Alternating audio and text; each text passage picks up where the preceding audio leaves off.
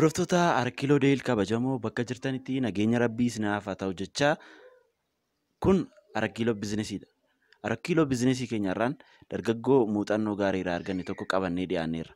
Dargaggoon kun yeroo dhibee koronaan addunyaa kanarraa mana manatti nama galchee turetti hojii kalaqaa addaan yookiin immoo daldala addaa yookiin biizinesii addaa hojjechuudhaan dargaggoo muuxannoo isaa isiniif hiruuf qopheeffannedha. Dargaggoon kun eenyu? Arkiloon walaa baru sagantaa keenya jalqabnaa jechuudha. Eenyudha? Maaltu hojjechaa turte? Eessarraa barachaa turte?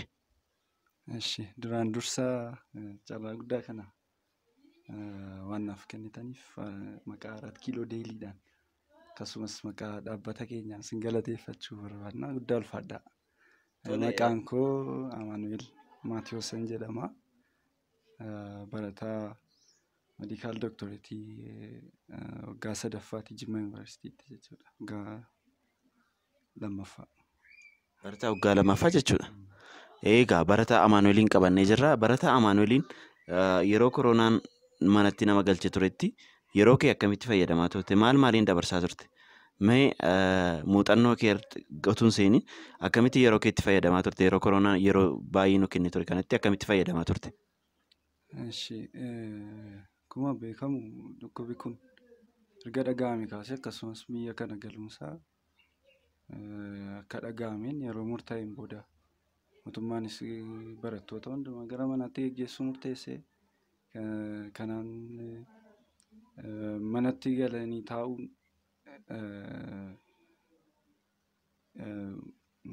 furmaata fala hin qabne ta'ee waan argameefi egaa nutis gallee taa'uuf dirqamne jechuudha. Garuu taa'u keessa amma kanatti bu'aa guddaa waan hin argatiniif akka carraa obboleettiin koo tokko yaada naaf kaaftii. Teenyee maal hojjenna waan jedhu yookaan immoo taa'uun maal nuuf buusamma wanta hojjetamuu danda'u tokko yoo hojjenne jettee yaada naaf kaastii. Nutis egaa yeroo maaskiin akkasumas biyyarra hin hanqate taa'imii jedhame sanarratti maaliif gara hojii maaskiitti hin gallu yaada jedhu. Maaskii gaarmentii jechuudha. Maaskii meeshaa uffata hodhaan hojjetamu maaliif hin yaallu waan jedhuun yaada sheerii naaf gooti. Anis yaadi kun natti tole kanumaan jalqabne jechuudha hojii kana. Tole hojii kana jalqabuudhaaf golgaa afaanii kana jalqabuudhaaf kaayyoon keessan inni guddaan daldala biizinesiidha yookiin immoo daldala moo hawaasa keessan seef gochuudhaaf immoo yeroo keessan irratti dabarsuudhaaf immoo maaliif hojii kana jalqabdan golgaa afaanii kana hojjechuu? Egaa dhagaa tokkoon simbira lama jedhu warri Amaaraa gaafa mammaakanii waan sadanatti jette ammaa kana waan nu fayyade nutti fakkaata. Hojii kanatti galuun keenya gam tokkoon rakkina hawaasa mudate kana amma ta'e baachuudhaaf yookaan gargaaruudhaaf waan jedhus yaadnee jirra. Akkasumas taa'urra immoo bu'aa buusuu waan jedhu yaadneerra biizinesii jechuudha. Akkasumas hawaasa gargaaruu wanti jedhu keessa keenya buleera. Waan kanaan hojii kanatti galle jechuudha. Tole gara hojii kanaa yookiin immoo gara golgaa hojjetanii oomishuu rogeessan kanatti ka'umsa kaapitaala ka'umsaa yookiin immoo maallaqa ka'umsaa kana eessaa argattan yookiin immoo akkamitti hojii kanatti jalqabuu dandeessan? Jalqaba carraa ta'ee obboleettiin koo meeshaa bitu maashinii uffataa jechuudha. Kan siinjarii isa jedhamu akka bitu akka nu barbaachisu nutti himtee egaa nutis yaada kanaan olii gallee horii amma ta'ee isheerraas akkasumas walitti qabanneetu binne jechuudha. Meeshaa kana erga binnee wantoota barbaachisan kan biraas AD barbaachisan maateriaalota dhuman jechuudha. Wanta akka kirnii, wanta akka carqii inni irraa hojjetamu waan akkasii binnee jalqabne jechuudha yeroo jalqaba. Tole erga maateriaalii kana argattaniin ogummaa kana wajjin akkamitti ol bartan? Gama tokkoon ogummaati barattu ogummaa fayyaadha. Hojiin kun immoo ogummaa fayyaa wajjin kan wal ilaallatu miti. Haa ta'u iyyuu malee gara ogummaa kanaa wajjin walitti dhufuudhaaf isin hin rakkisne? Akkamitti itti bartan yookiin immoo gara hojii kanaa yeroo dhuftan irratti akkamitti isin hin rakkisne amma tokko? Rakkoo nu quunname isa guddaa keessaa rakkoo muuxannooti. Haa ta'u iyyuu malee wanta kanaaf fala argachuudhaaf dirqama warra ogummaa kana qaban biraa deddeebi'uun nurra tureera. Akkaataatti maashiniin kun seetii ta'u, akkaataatti wayyaa hodhuu danda'u, waan akkas akkasii muuxannoo argachuudhaaf dirqama warra ogeessotaa haasofsiisuu nurra tureera. Darbees hidhata gabaa maaskii kan erga oomishamee booda hojiirra akka ooluuf namoota argachuun jechaan namoota mi'a kana kaasanii gabaaf dhiyeessan argachuun chaalenjii tureera. Haa ta'u iyyuu malee wanta kanaafis abdii utuu hin kutin falatti barbaanne jechuudha. Meeshaan isaas maaskiin yeroo inni itti gabaa qabaatetti waan kaaneefi rakkisaa amma jedhame sana osoo hin taane chaalenjii qaba ture garuu. Tole, rakkoowwan amma isin mudatan kana hundumaa dabartanii gara daldala kanaatti deemtanii gama tokkoon hawaasa keessan fayyadaa, gama tokkoon yeroo keessanitti fayyadama. Akkasumallee rakkoo hawaasa keessaniis qolachaa turtaniittu. Meegaa yeroo isin maaksii kana oomishaa turtan kana keessatti jechuudha, namoonni baay'een, dargaggoonni baay'een eebbifamanii hojii malee taa'u. Kun immoo rakkoo hojii dhabuu irraa utuu hin taane aayidiyaa yookiin immoo yaada dhabuu irraa kan ka'edha. Kanaan dargaggoota hojii hin dhabne yookiin immoo hojii tuffachuus ta'uu danda'a. Gama aadaa hojii tuffachuudhaan ta'uu danda'a. Mee kanaan carraa kana hiree kanaan dargaggoota hojii dhaban yookiin immoo poteenshaalii isaan itti fayyadamuu dadhabaniif ergaa akkamii qabda? Egaa akkuma beekamu hojii dhabuun sababii garaagaraarraan ka'ee wanta mudatu ta'uu danda'a. Tarii akkuma ati jettee haalonni mijachuu dhiisuu irraan kan ka'e, akkasumas ilaalcha dhuunfaarraan kan ka'e wantoonni garaagaraa sababa ta'uu danda'u jechuudha hojiidhaaf. Haa ta'u iyyuu malee garuu yaada walitti fidanii inni jalqabaa yaadadha. Yaada hojiirra ooluu danda'u tokko maddisiisuun isa jalqabaati. Taanee immoo gamtaanis murteessaadha jechuudha. Namni wal gargaaree hojjechuun isaa bu'a qabeessa. Maaliif? Egaa tokko yoo kufe eenyutu isa kaasa? Lama yoo kufe garuu tokko qabee isa kaasa. Akkuma kanatu gamtaanis murteessaadha. Yaada kaasuun, mari'achuun murteessaadha.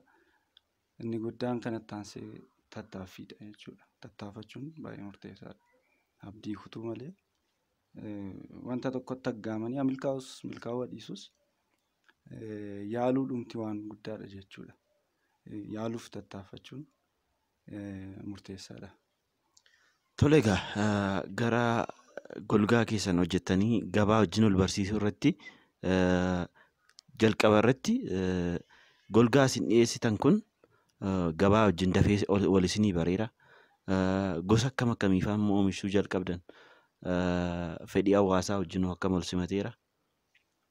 Egaa golgaa kan maaskii kun jalqaba gabaa irratti wanti inni fakkaatu ilaallee imiteet gochuun yookaan fakkeessanii hojjechuun isa jalqabaa ture. Maaliif? Wanta gabaan barbaadu dhiyeessuun dirqama nama oomishuuti waan ta'eef jechuudha. Taansee maaskiin gabaa argachuu isaarraan darbeeyyuu hanqinni isaa tureera biyya keenya keessatti. Karaa garaagaraa alaatis galaa turanii interpreneroonni garaagaraa biyya keessaas gara hojii kanaatti bobba'aa turan. Reefuu wanta ka'eedha yookaan immoo biizinasiin isaa kun reefuu waan jalqabe amma waan jalqabe inniyyuu rakkina mudatee waan jalqabee fi maaskiin amma kanatti chaalenjii hin qabaanne gabaan qabaata wanti jedhu. Maaliif? Dirqama waan tureef jechuudha. Maaskii kaatanii socho'uun dirqama waan tureefi akkasumas fedhiin oomisha kanaaf jiru ol ka'aa ture hawaasa keessatti. Haa ta'u iyyuu malee hidhata gabaa barbaaduun amma tokkotti xiqqoo ulfaataa ture jechuudha. Garuu kan kanarra darbe biizinasiin maaskii kanaa yookaan gabaarraan kaa'aa wanti jedhu nuufiyyuu carraa guddaa ture jechuudha, rakkisaan qabu ture. Tole egaa erga oomisha hidhata gabaa uumtanii jalqabdanii booddee gosoota akkam akkamii fa'aa hojjechuu jalqabdan yookiin immoo akkaataa inni nama hawwachuu danda'utti gosa meeqaan jalqabdan jalqabaaf yaaliidhaaf jechuudha. Gosa meeqaan jalqabdan? Yeroo duraa yeroo reefa jalqabnee carqii fayyadamuudhaan yookaan bu'aa gaarmentii fayyadamuudhaan maaskiin amma ta'e hojjennee turre. Kana malees direeppii meedikaalii mana yaalaatii fa'aa argamuun isaan hojjetamaas tureera. Garuu haa ta'uyyuu malee yeroo booda kan gaarmentii yookaan carqii fayyadamuudhaan hojjetamu bu'a qabeessa ture. Maaliif tokkoffaa namni affoordi gochuu hin dandeenye yookaan maaskii gabaarraa isa yuuz and desiroo bitachuu hin dandeenye carqii miiccatee fayyadamuu namni barbaadu baay'eedha. Maaskii irra deddeebiin miicamu namni barbaadu baay'eedha waan ta'eef kan carqiitti goruu dandeenya jechuudha teellaa keessa. Akkaataa fayyadamtoota keessanii ilaaluudhaan maaskii fayyadamanii gatan yookiin immoo yuuz and desiroo kana dhiistanii carqiidhaan isa miicanii fayyadamuu danda'an fayyaa ofii ittiin eeggachaa gara kanaatti deebistanii jechuudha. Gama kanaan hawaasa keenya dhiyeessiidhaan hammam furtan yookiin immoo maal hambistan hojii kana isin hojjechuu keessaniin hawaasa naannoo ta'uu danda'a, tiraanspoorteeshinii hir'isuu ta'uu danda'a, koostii gadi buusuu ta'uu danda'a. Isuma amma jettee maaskii kaa'atanii gatan yookiin immoo yuuz and desiroo san dhiistanii kan taayimii jijjiiranii fayyadaman illee ta'uu danda'a. Bu'aa akkamii buustan heddii maaskii kana hojjechuudha?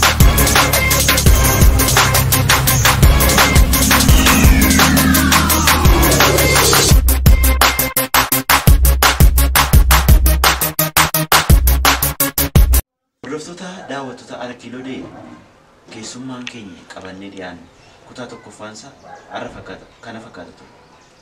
Kutaa lammaffaa qabannee dhiyaanne. Waan nu daawwattaniif galatooma. Warreen yuutuubii keenyaaf haaraa taatan saabskiraayib ta'uudhaan maatii taatiin nutti dabalama. Kana malees mallattoo notifikashinii tuquudhaan odeeffannoo wayitaawaa Arakiiloo Dee guyyaa guyyaan gadhiisu argachuu hin dandeessu. Waan nu daawwattaniif galatooma. Kutaa lammaffaasaa torbee dhuftu nu eegaa.